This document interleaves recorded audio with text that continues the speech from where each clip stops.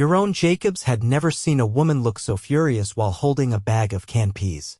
"You're stacking them wrong," the girl snapped, her voice sharp but not unkind. "The heavier ones go on the bottom unless you want the entire shelf to collapse." He blinked, caught mid-motion with a can in each hand. It wasn't often someone corrected him, especially not in a dusty backroom of a South Brooklyn food bank. "Noted," he said, adjusting the cans. "Didn't think peas were so dangerous." She gave him a flat look and turned back to the shelves, ponytail swinging. Her name tag read Tessa. He watched her for a second longer than necessary. He hadn't planned on being here. His assistant had signed him up for something humble after that tabloid mess last month.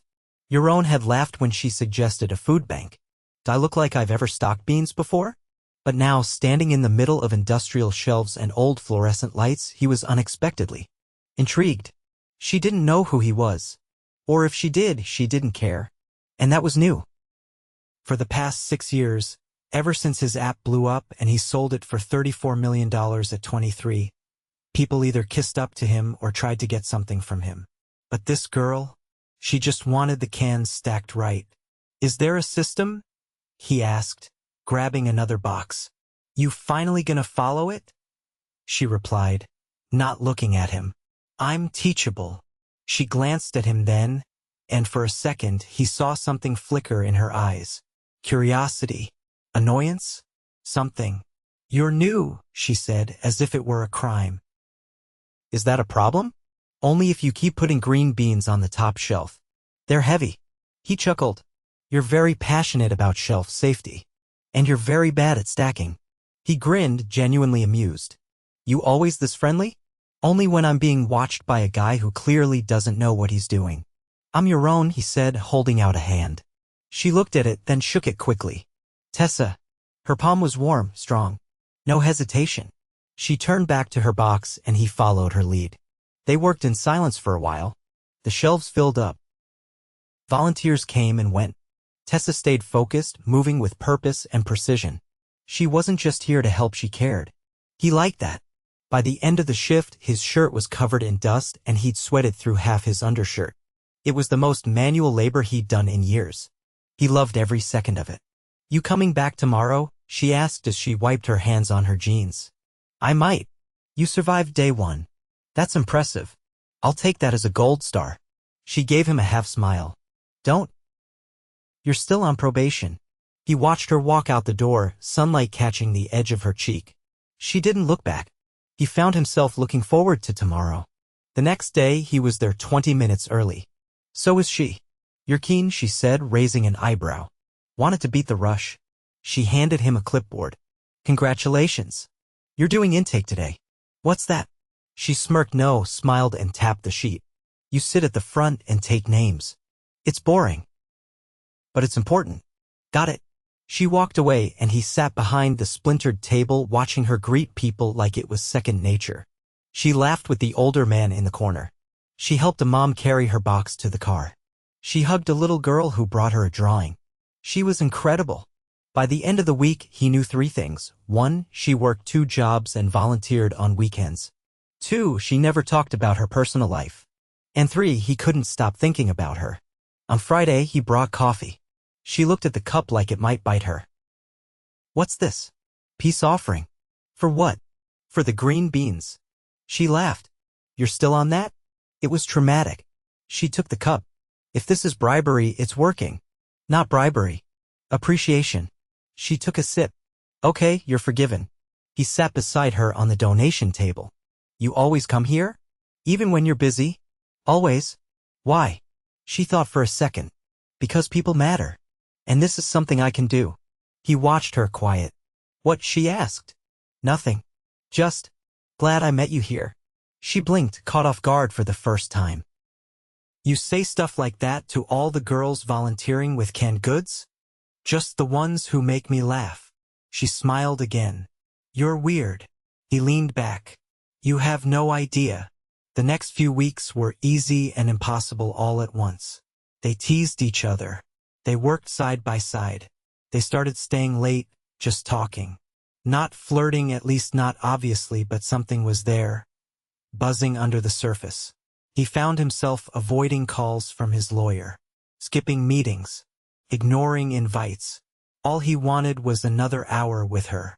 But she didn't know who he was. Not really. And that was the problem. It all blew up on a rainy Saturday. They were unloading a truck together, both soaked through, when a man walked up holding a camera. "Mr. Jacobs. Quick photo." Tessa looked up. "What did he call you?" Yaron froze. The man snapped the picture. "Didn't know you were doing charity work now. PR stunt." Yaron stepped forward. "That's enough." The man laughed, turned, and walked off. Tessa stood stone still. "Mr. Jacobs?" she repeated. "I was going to tell you." "Tell me what?" He exhaled. "I'm not just some guy who showed up to stack beans. No kidding. I run a few companies. Tech stuff. I still own a lot of it." "How much is a lot?" He hesitated. "Millions." She blinked. "Seriously?" "Yeah." She crossed her arms. "So you've been lying?" "I never lied. I just didn't say anything." "Same thing." He stepped closer. "Tessa, I didn't want to be that guy. The one everyone fakes around. You didn't care who I was. You just saw me. And I liked that. I liked you." She stared at him. "And now, I still like you." She looked away. "I need a minute. Tessa, please." And just like that, she walked off, rain dripping from her sleeves, leaving Yaron standing in the middle of the parking lot, soaked and suddenly freezing. He had no idea if she'd come back. The rain had stopped sometime after midnight, but the silence between them lingered well into the following week. Yaron returned to the food bank on Sunday, unsure if she would show. She didn't. Monday came and went. Tuesday, he waited until closing, pretending to reorganize a donation box just to keep his mind occupied. Still no sign of her. By Wednesday, the restlessness turned to something sharp. He wasn't used to being ignored, let alone by someone who had once looked at him like he was more than the sum of his bank account. He didn't contact her. He could have. A quick online search would have told him everything: where she worked, where she lived, who her friends were. But that would have shattered whatever trust he hadn't already burned. So he waited. It wasn't until Friday that she walked back in. She didn't look at him, didn't speak. Just grabbed a clipboard and started checking inventory like she hadn't vanished for 5 days. He approached without a word, not wanting to make a scene. The other volunteers had noticed the tension, but no one said anything. They didn't need to. The air was different now. "You're here," he said quietly. "I volunteer. That hasn't changed. I missed you." She didn't pause in her writing. "That's not my problem. I deserve that. You deserve a lot more than that." He exhaled. "Can we talk?" "Depends. Are you going to tell me the truth this time?" "I never lied to you, Tessa. You let me believe you were someone else. I let you believe I was just a guy who wanted to help. Which you're not." "I am. I just also happen to have a lot of money and a complicated life." She turned to face him for the first time. Her eyes were tired, not angry. That scared him more. "Do you know what it felt like?" she said, her voice low. "Realizing everyone else knew who you were except me? I looked like a joke, Yaron." "No. You looked like the only person who ever saw me without asking for something." "Well, congratulations. That's over now." She walked away without waiting for a response. He didn't follow. That night, he didn't go home. He drove. 4 hours. Past the city limits, through the suburbs, up into the hills where no one cared about apps or IPOs or Forbes lists. He parked by a lake and sat there listening to the water lap against the rocks. He thought about her hands calloused from work, always moving with purpose. About the way she'd laugh without trying to be cute, or how she never filled silence with meaningless talk. She was the first real thing he'd had in a very long time. And he'd ruined it. The next morning, he made a decision. He didn't go back to the food bank. Instead, he went to her job. He'd overheard one of the other volunteers mention it once, an independent bookstore in Cobble Hill. He remembered because it sounded like something out of a movie. He arrived just before opening. The windows were still dark, but the door was unlocked. He stepped inside, the little bell above the entrance chiming softly. The place smelled like old pages and cedar polish. Warm, quiet, timeless. She looked up from behind the counter. "I'm working," she said flatly. "I know. Then why are you here?" "Because I don't want to lose you over something I should have said sooner. I don't need a speech. You're getting one anyway." She crossed her arms. "I came to that food bank because my assistant thought it would help me look more human after some bad press," he began. "But the moment I met you, it stopped being about that. You called me out on stacking peas wrong, and I realized I'd never heard someone speak to me without an agenda. You didn't care who I was. You just wanted things done right. That mattered to me." She said nothing. "I didn't tell you about my life because I wanted something real, something that wasn't bought or branded. But I messed that up. I should have trusted you sooner." She walked around the counter slowly. "Do you know how many people pretend to care about this community? They show up, take pictures, make promises, then vanish. For a while I thought you were different. But now I don't know. I don't want to vanish. And I don't want to be a guy who only shows up when it's convenient. I want to be someone you can count on. Words are easy. So let me show you." She looked away, jaw tight. "You can't fix this with money. I know. That's why I'm not offering money. I'm offering time, respect, honesty." She leaned against a nearby table, arms still folded. "You think I'm just mad that you didn't tell me you're rich? I think you're disappointed that I wasn't honest about something important. That, and the fact that I let myself care." He took a careful step forward. "Do you still?" She didn't answer for a long moment. Then, "I don't know. That's more than I deserve." He left before she could say anything else. A week passed. He didn't go back to the bookstore. Didn't return to the food bank. He forced himself to give her space, even though it felt like trying to breathe underwater. Instead, he did something he hadn't done in years. He listened. He met with the food bank's director. Quietly, discreetly. Not to donate money, a check would have been easy, but to ask what they really needed. Storage space. A better delivery system. More volunteers who actually stayed. So he called in favors. Not flashy ones. Just quiet, effective ones. A logistics company agreed to provide weekly transport. A local warehouse owner offered a discounted lease for extra supplies. He put in the work, day after day, without needing thanks. On the second Saturday after their last conversation, she showed up at his building. He answered the door in jeans and a t-shirt, barefoot and surprised. "I saw what you did," she said. He didn't pretend not to know what she meant. "I didn't do it for you to see." Exactly why it mattered. He stepped aside and she walked in. The penthouse was sleek and modern, full of clean lines and open space. But it didn't feel cold. Not with her in it. She looked around once before turning to face him. "You're not who I thought you were. I hope that's a good thing. I'm still figuring that out." He nodded slowly. "Fair. I'm not good at being vulnerable," she said. "I've spent most of my life taking care of other people. I know. So if I let you in, I need to know you're not going to disappear when it gets hard." "I'm not going anywhere." She studied him for a long moment. "You mean that?" "With everything I have." She took a deep breath. "Okay." He blinked. "Okay. I want to try. But slowly. No grand gestures. Just real things. I can do real." She looked around again. "This place is massive. I'll trade it for that bookstore any day." She gave a half laugh. "Don't be ridiculous. I'm serious." "Then don't. I don't want your world. I want mine. But maybe we can build something in the middle." "I'd like that." She stepped closer. "But you're still on probation. Wouldn't have it any other way." They stood there for a moment, the city humming below them, something unspoken finally settling between them. Not a promise. Not yet. But something better. A beginning. Tessa leaned against the railing of the rooftop terrace, the cool evening wind lifting strands of her hair as she looked out over the city.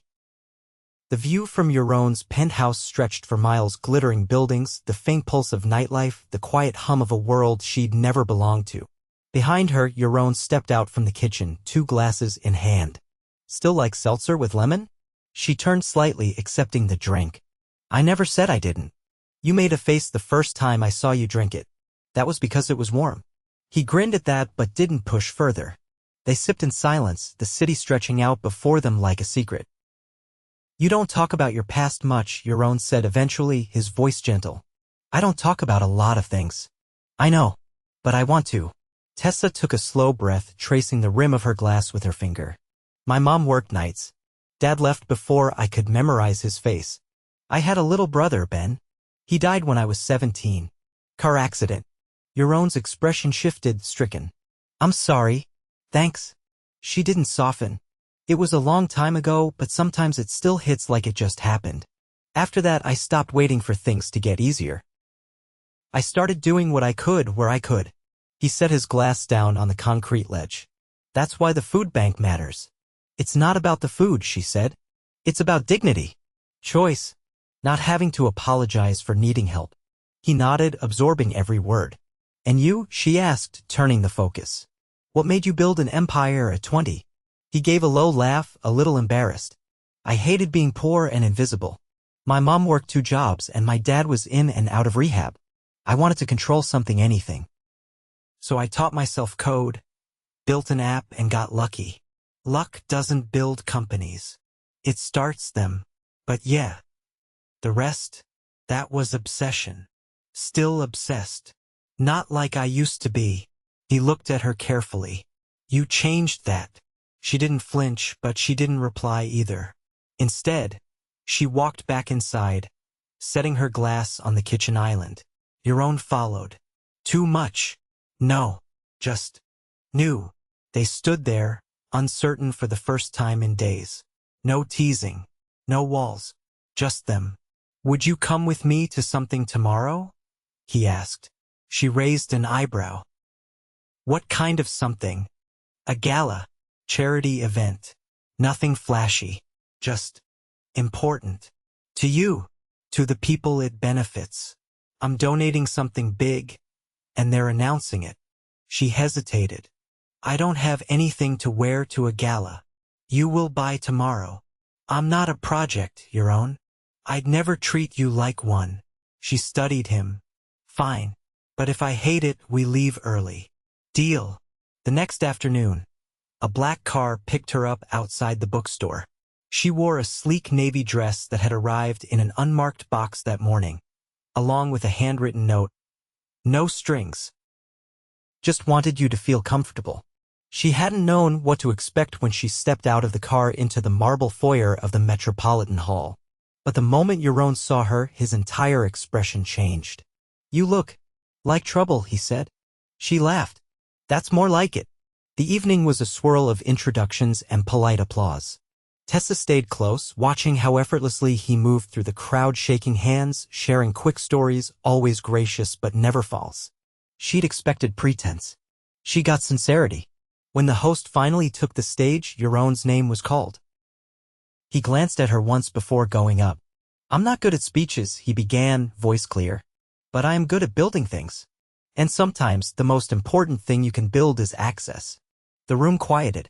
That's why I'm donating a fleet of refrigerated trucks to food banks across the city, to help fresh produce reach neighborhoods that need it most.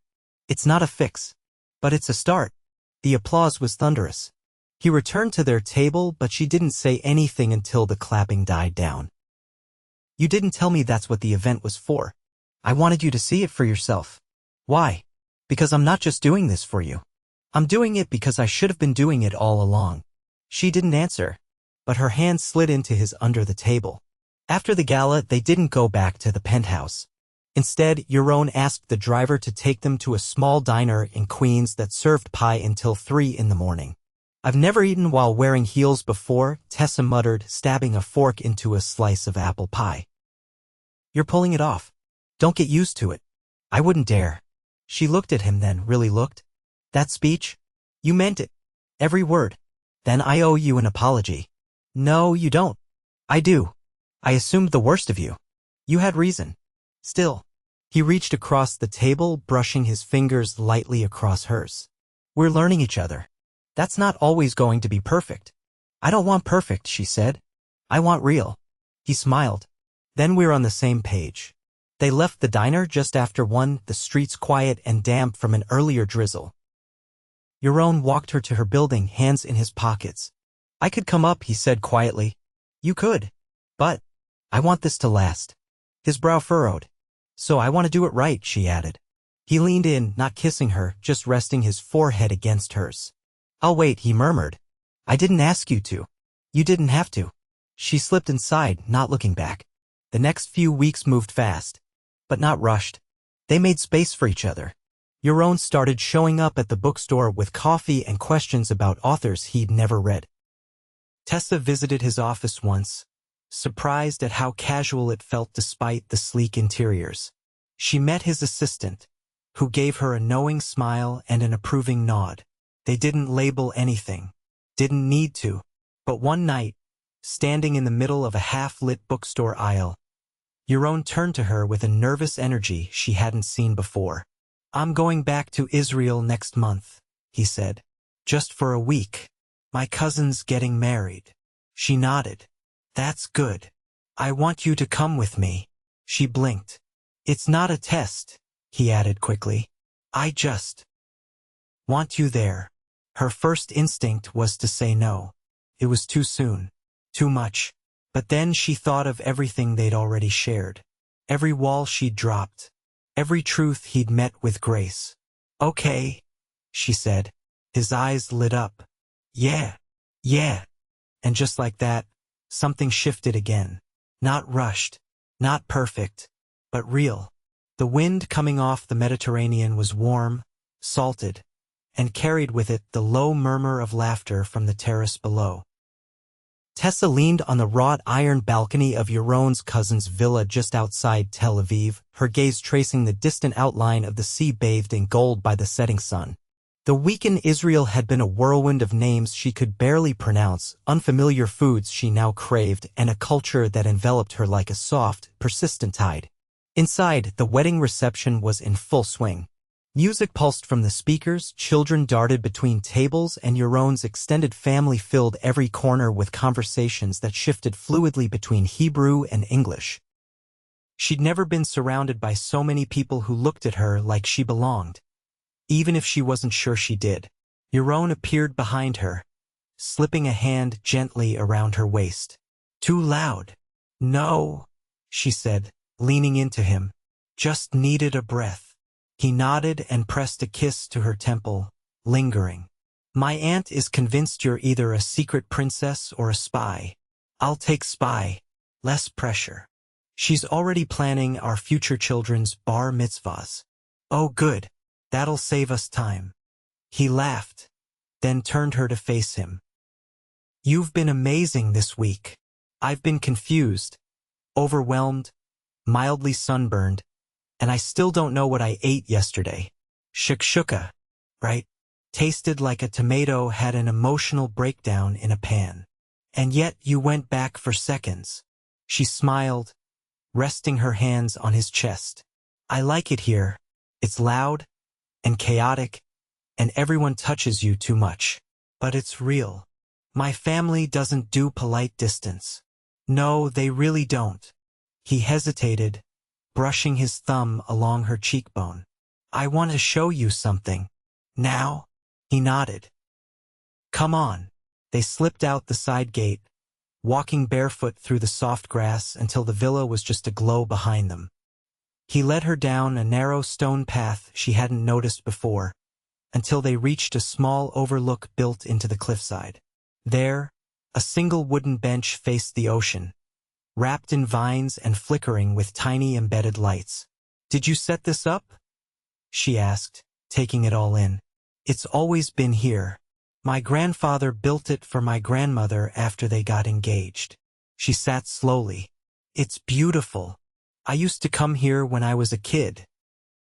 When things got noisy inside. When I needed to think. He sat beside her, their shoulders touching. You brought me to your thinking spot, she said softly.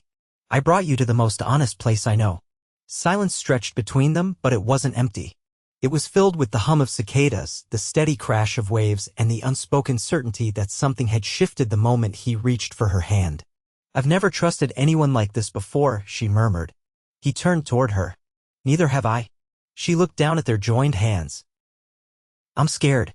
"I am too. But I don't want to run from it." "Then don't."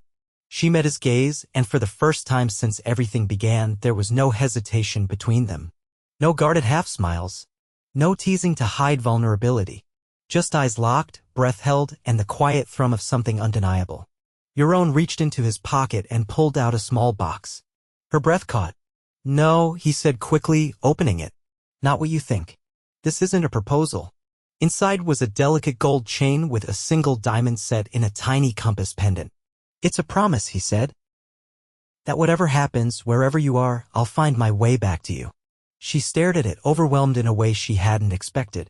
"Yaron, you don't need to wear it now. Or ever. I just wanted you to know how serious I am. About this. About us." She took the necklace carefully. "It's perfect." He relaxed visibly and leaned back against the bench with a long breath. They sat there until the stars came out, the villa's music faint in the background, each minute stretching like a thread binding them tighter. The flight home was quiet but comfortable. Tessa fell asleep against his shoulder somewhere over the Atlantic, and Yaron kept his eyes on her profile the entire time, as if afraid she'd disappear when he blinked. Back in New York, things didn't go back to how they were. They evolved. Tessa moved out of her tiny apartment and into a brownstone in Carroll Gardens, a real place with space to breathe and a sunlit kitchen where Yaron insisted on learning to make pancakes from scratch like a normal person. She refused to let him buy the place outright, so they signed a lease together. He didn't fight her on it. Not anymore. She still worked at the bookstore, but fewer hours now. Instead, she threw herself into organizing a new initiative that partnered local small businesses with food banks. Yaron offered to fund it, but she declined, so he introduced her to someone who could help with logistics instead. That was how they worked now. In tandem. Never overpowering, always aligning. One afternoon, she walked into the kitchen to find Yaron sitting at the island, staring at his phone with a strange expression. She dropped her bag. "What happened?" He looked up. "I'm being offered a seat on the board of an international nonprofit. Food security and tech access. Big reach. Big responsibility." She walked over slowly. "And? I want to say yes. But it means stepping back from my own company." She leaned against the counter, watching him carefully. "Is that what you want?" "I think it might be." "Then do it." He turned to her, surprised. "Just like that. You used to chase things because you were afraid of standing still. But this sounds like something you're running toward." He stood and crossed the space between them. "You always know. I'm just finally seeing what you've been trying to show me." He kissed her then, slowly, with a kind of reverence that felt like a vow. Later that night, as they lay tangled together with the window open and the sound of the city drifting in, he whispered into her hair, "I've never been this happy." She smiled softly against his chest. "Me neither." Fall arrived with crisp mornings and the smell of roasted chestnuts on street corners. Tessa's initiative gained traction, and soon she was speaking on panels, her name attached to real change. Yaron took the board seat and stepped away from daily operations, surprising everyone but her. They didn't rush toward milestones. There was no need. They were already building a life. But one evening, while unpacking a box of winter clothes, she found a smaller box tucked between scarves. Inside, the compass necklace gleamed, the diamond catching the light. She'd never worn it. She picked it up now, fastening it around her neck with steady fingers. When Yaron came home later that night, he noticed immediately. "You found it. I was ready." He crossed the room in 2 strides and kissed her like it was the first time. The next morning, he woke her up at dawn, bundled her into the back of a town car, and didn't tell her where they were going. She didn't ask. They arrived at a rooftop just as the sun cracked the horizon. A quiet garden space, all ivy and glass, with a single table set for 2. Breakfast waited beneath silver domes.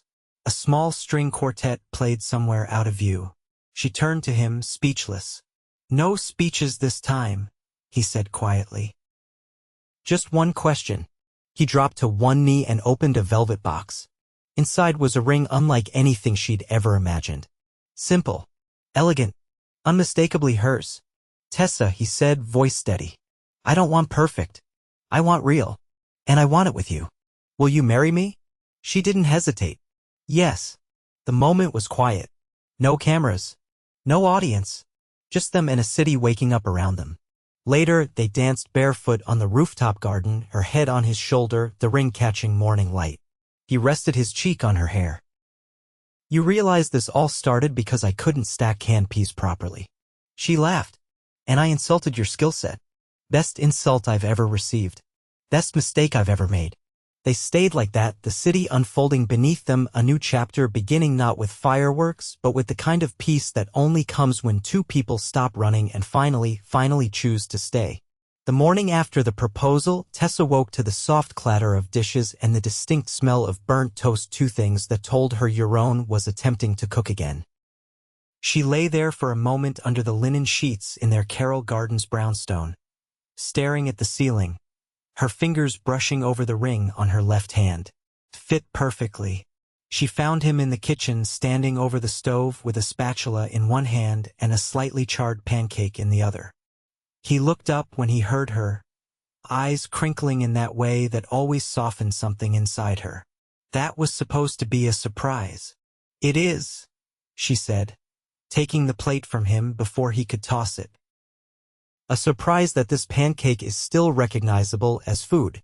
You're marrying a man of many talents. Cooking just isn't one of them. She leaned against the counter, biting into the edge of the pancake. I'll teach you. He looked at her for a long moment before replying. You're serious about this? About us? You're wearing an apron that says "Kiss the CEO." I think we're past the point of doubt. He reached for her hand. You're not overwhelmed? Not anymore. I think I've been falling into this for a while. It just took me time to believe it could be real. He brought her hand to his lips, brushing a kiss over her knuckles. I don't want to rush anything. We can take our time planning the wedding. Or not plan it at all for now. Whatever feels right. Let's not wait forever, she said quietly. I don't want to keep holding my breath. That week, they told her mother first. Yaron had insisted on visiting in person. Even though Tessa had warned him, her mother had a complicated relationship with her trust in people. They arrived at the small, tidy duplex in Queens with a bouquet of sunflowers and a bottle of red wine. Her mother answered the door with a skeptical glance at Yaron's tailored coat and shoes that probably cost more than her rent. This the tech genius? Mom, Tessa warned under her breath. I've been called worse, Yaron said, holding out the flowers. It's nice to finally meet you. Her mother took the bouquet, eyeing him. Don't think this buys you points. Tessa expected Yaron to deflect or charm his way through the evening, but instead he pulled up a chair at the kitchen table and asked her mother about her old job at the textile factory, what she thought of recent housing changes in the neighborhood, and how Tessa had been as a teenager. By the end of the night, her mother poured him a second glass of wine and said, You're still too pretty, but I like you more than I wanted to. The rest of their world adjusted quickly. His mother tearfully FaceTimed from Haifa, already asking about venues and traditions. Her few close friends from the bookstore rallied together for a wine-fueled celebration in the back room, stringing up fairy lights and insisting on a playlist of aggressively romantic ballads. They didn't hire a planner. Instead, they made a list of what mattered, a ceremony outside, no more than 50 people, flowers that smelled wild and fresh, and food that felt like comfort. Yaron insisted on live music. Tessa wanted pie instead of cake. They both agreed it had to feel like home. They chose a vineyard upstate with sprawling fields and a view of the Catskills. The owner let them book it for a weekend in late spring. Tessa's dress came from a small designer in Brooklyn who worked out of a converted brownstone and cried when Tessa said yes to a simple ivory gown with a low back and no beading. Yaron wore midnight blue. No tie. The morning of the wedding, Tessa stood in a quiet room with her best friend pinning white gardenias into her hair. There was a breeze through the open window carrying the scent of grapevines and fresh earth. You ready? Her friend asked, fastening the last pin. Tessa nodded. I've never been more sure of anything. On the other side of the vineyard, Yaron adjusted his cuffs and took a slow breath. His assistant, who had somehow become part-time officiant, handed him the ring box. Any last words? Only one, Yaron said, his voice steady. Finally, the ceremony was held beneath a wooden arch draped with wildflowers and ivy. The chairs were mismatched. The aisle was just a path through the grass. When Tessa stepped out, the entire crowd seemed to fade. Yaron's eyes never left hers. As she reached him, he took both her hands. His voice was low but unwavering. I used to think love was something you earned by being perfect. But then you came along, and I realized real love is what happens when you're willing to be seen as you are. Every flaw, every fear. You didn't just see me, Tessa. You made me better. Her eyes glistened, but she never looked away. I didn't grow up dreaming about this, she said, voice thick with emotion. I didn't believe in forever. But then you walked into my life with your terrible stacking skills and your quiet persistence. And I started to believe. Not in perfect, but in us. In choosing each other again and again. The officiant didn't need to prompt either of them. The ring slid on with practiced hands. When they kissed, it wasn't dramatic or breathless. It was steady, deep, complete. The reception was held under strings of golden lights. They danced barefoot at sunset, swaying slowly to a song Yaron had chosen weeks ago and kept secret until now. Guests raised glasses, laughter blending with music, and somewhere between the first toast and the last bite of pie, the stars came out. Later that night, when everyone had left and the vineyard was silent, they stood alone beneath the arch. This feels like the start of something, Tessa said, barefoot, holding her shoes in one hand. It is. Not the end of a story. The beginning of a better one. He wrapped his arms around her from behind. Every chapter until now led me to you. They didn't leave for a honeymoon the next day. Instead, they returned to Brooklyn. To their life. To the brownstone with the uneven floors and the tiny garden where Tessa planted herbs and Yaron occasionally forgot to water them. They built a rhythm that felt less like routine and more like music, imperfect but full of heart. Sunday mornings were reserved for bookstores and farmers markets. Tuesday nights became movie marathons with takeout and mismatched socks. Some days were hard. They fought. They made up. They grew. When Tessa launched a new pilot program connecting overstocked restaurants with community kitchens, Yaron was the first to volunteer. No fanfare. Just him, rolling up his sleeves, carrying boxes, and occasionally dropping them. When Yaron's father passed quietly in a rehab facility in Florida, Tessa held him through the storm. No questions. No advice. Just presence. They didn't chase happiness. They created it. Years passed. Not in leaps, but in quiet, golden strands of time that wove themselves into something unbreakable. One crisp autumn evening, Yaron walked into their kitchen holding a folded newspaper. You made the front page. Tessa looked up from the stove, cheeks flushed. Which paper? Times. Front page. Above the fold. She turned to face him fully, wiping her hands on a towel. You're proud. I'm in awe. They stood there, older now, wiser, no less in love. You still terrible at pancakes? She asked. He grinned. Worse, if anything. Good. Why? Because it means I still have things to teach you. He walked to her, pulling her into his arms. Then teach me everything. And she did. Every day. Not with words, but with the way she looked at him when he was tired. The way she believed in him without needing proof. The way she built a life around truth and let him live in it, fully. Not perfect, but real. And for them that was more than enough. Always.